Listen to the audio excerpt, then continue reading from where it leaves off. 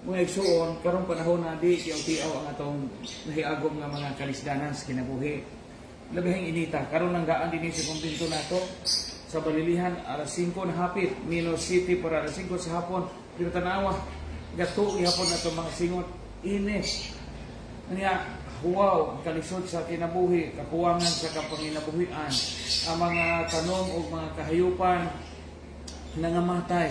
Kung nabisan tanawan ninyo ang atong snacks gani, saging rain town ni, upir ni gikan sa baryo, nga ato ni giparisan og sikwati, no? Kita mo sikwati, usa gyud ni ka kakuri ni ito sikwati, no? Usa ka batirol na, kita ninyo. Ora ito snacks, unya nanad ko na di ko mabuhi og way bitsin. Kining bitsin mo dili nakapataas nga og kinabuhi tingali kay bisan among tatay sa una namatay na ron. Among tatay sa una bisan og ginamos sa bitsinan man. So bitsinan ako ang saging. Kita ninyo? Bitsinan ato ang saging. Unya kanon ato. Lami kayo ang bitsin nga ibutang sa saging. Moro na atong early dinner. Pinuburi nga kinabuhi pa. Sikwati, saging. Ipon na itong pila na saging. Sa kainin siya pang pila kasaging na horot na 1, 2, 3, 4, 5, 6, 7, 8, 9, 10, 11, 13, 14. Ika 15 ni ka dawin nga saging na horot na ron. Sana. Kaya kalisod ang panahon. Miyarim daw si Padre Linuel hinaog kay Musnas. Na kaano po siya usa ka dawin nga saging. O kita mao gina atong gikabuhian. Kay sa una gamay pa mi maruyang saging, nilusak saging, unya inumol nga saging, tanan saging, nilungag saging, piniritong saging, tanan saging. Mga hangtod karon daan nato ning gawi.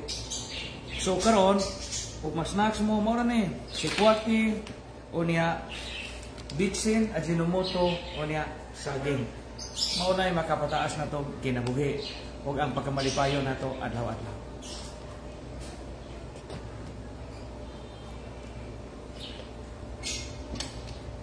Perting inita ang panahon, no? So nakita ninyo labihan gayong inita. Mao nga kita manimbaso kita nga tanong tag kahoy, tanong tag mga fruit trees kay lahi na gyud kaayo ang kainit karon. Ang kainit karon sa kalibutan makainit og uo.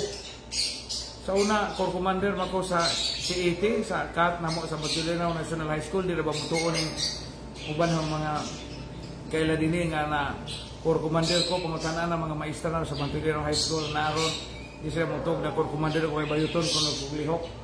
Pero tinuod na Corps Commander ko sa una bisag init mag-drill me di lahi ra gyud ang kainit nung panahon na.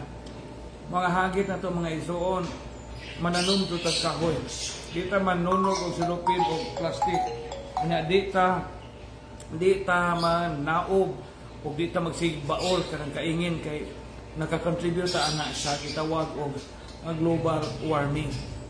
Ang importante ni nga conscious ta sa environment kay walang ta kahibaw ang mga ginagmay nato gipaghimo nga mga pangnaog-daog kaguba na dahil na sa hinayahan o nakakontribute, nakatampo sa kainit sa panahon.